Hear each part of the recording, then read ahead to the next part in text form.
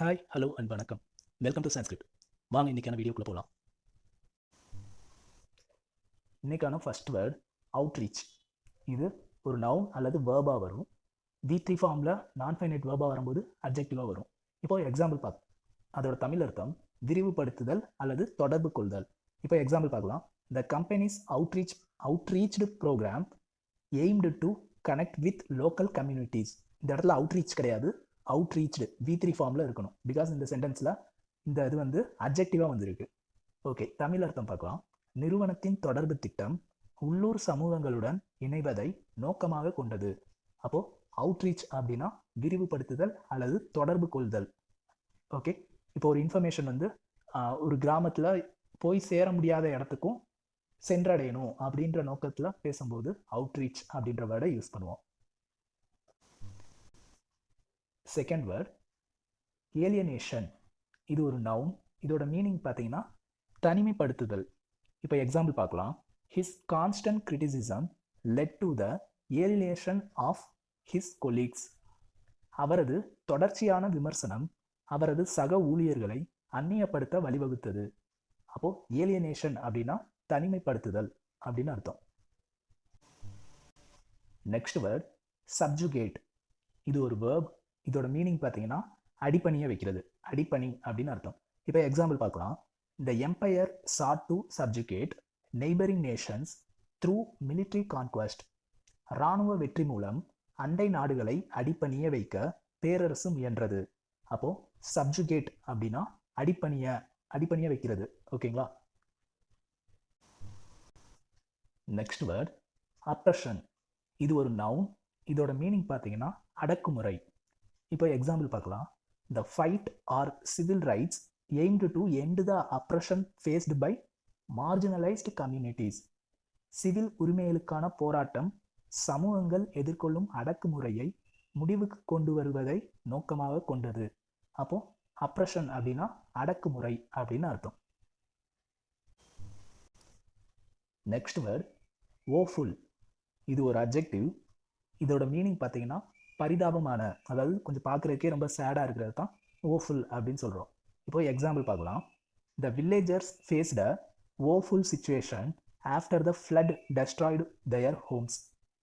வெள்ளம் தங்கள் வீடுகளை அழித்த பின்னர் கிராம மக்கள் ஒரு பரிதாபமான சூழ்நிலையை எதிர்கொண்டனர்.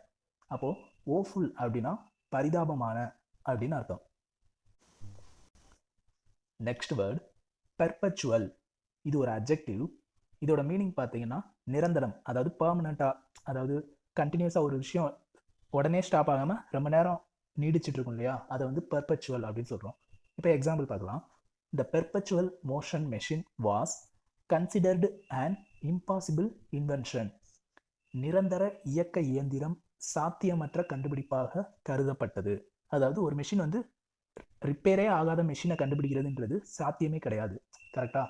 அப்போ இந்த இடத்துல நிரந்தரம் அப்படின்றது பெர்மனண்டா ரிப்பேரே ஆகாது அப்படின்னு சொல்றாங்க. ஓகே, அப்போ பெர்பச்சுவல் அப்படின்னா நிரந்தரம் அப்படின்னு அர்த்தம். Next word relies on. இது ஒரு வேர்ப். இதோட மீனிங் பார்த்தீங்கன்னா டிபெண்ட்ஸ் ஆன். என்ன மீனிங்கோ அதே மீனிங் தான் இங்கேயும். ஓகேங்களா? அதாவது நம்பியுள்ளது அல்லது சார்ந்துள்ளது அப்படின்னு அர்த்தம். இப்போ எக்ஸாம்பிள் பார்க்கலாம். The success of the project relies on the collaborative efforts of the team. திட்டத்தின் வெற்றியானது குழுவின் கூட்டு முயற்சிகளை சார்ந்துள்ளது. அதாவது இது வந்து ஒரு ஃப்ரேசல் வெர்ப். ஓகேங்களா? Next word resilient. இது ஒரு அட்ஜெக்டிவ். இதோட மீனிங் பார்த்தீங்கன்னா கடினமான சூழ்நிலையை தாங்கக்கூடிய, இல்லைன்னா நெகிழ்ச்சியுடன், அதாவது எந்த சிச்சுவேஷனுக்கும் ஏற்ற மாதிரி அடாப்ட் ஆகிக்கும். ஓகேங்களா? அதை தான் வந்து ரெசிலியன்ட் அப்படின்னு சொல்கிறோம். இப்போ எக்ஸாம்பிள் பார்க்கலாம். Despite facing numerous challenges, she remained resilient and optimistic. பல சவால்களை எதிர்கொண்ட போதிலும் அவர் நெகிழ்ச்சியுடனும் மற்றும் நம்பிக்கையுடனும் இருந்தார். இது நிகழ்ச்சியுடன் கிடையாது, நெகிழ்ச்சியுடன். ஓகேங்களா? அப்போ ரெசிலியன்ட் அப்படின்னா எந்த சுச்சுவேஷனாக இருந்தாலும் அதுக்கேற்ற மாதிரி அடாப்ட் ஆகக்கூடிய அந்த கேரக்டரை தான் வந்து ரெசிலியன்ட் அப்படின்னு சொல்கிறோம். Next word upstaged. இது ஒரு வேர்ப். இதோட மீனிங் பார்த்தீங்கன்னா கவனத்தை ஈர்த்தல். அதாவது நம்ம ஒரு விஷயத்தில் கான்சென்ட்ரேட் பண்ணிட்டு இருப்போம், அந்த நேரத்தில் வேற ஏதோ நடந்து நம்மளோட கவனம் சிதறும் அல்லது கவனம் திசை திரும்பும் இல்லையா, அந்த ஆக்ஷன் தான் வந்து அப்ஸ்டேஜ்டு. ஓகேங்களா? இப்போ எக்ஸாம்பிள் பார்க்கலாம். During the performance the lead actor felt upstaged by a sudden burst of pyrotechnics. நிகழ்ச்சியின் போது முன்னணி நடிகர் திடீரென வெடித்த பைரோடெக்னிக்ஸ் மூலம் கவனம் திசை திருப்பப்பட்டது போல் உணர்ந்தார். அதாவது அப்ஸ்டேஜ்டு அப்படின்னா கவனம் சிதறுதல் அல்லது கவனம் திசை திரும்புறது. ஓகேங்களா? Next word renowned. இது ஒரு அட்ஜெக்டிவ். இதோட மீனிங் பார்த்தீங்கன்னா புகழ் பெற்ற.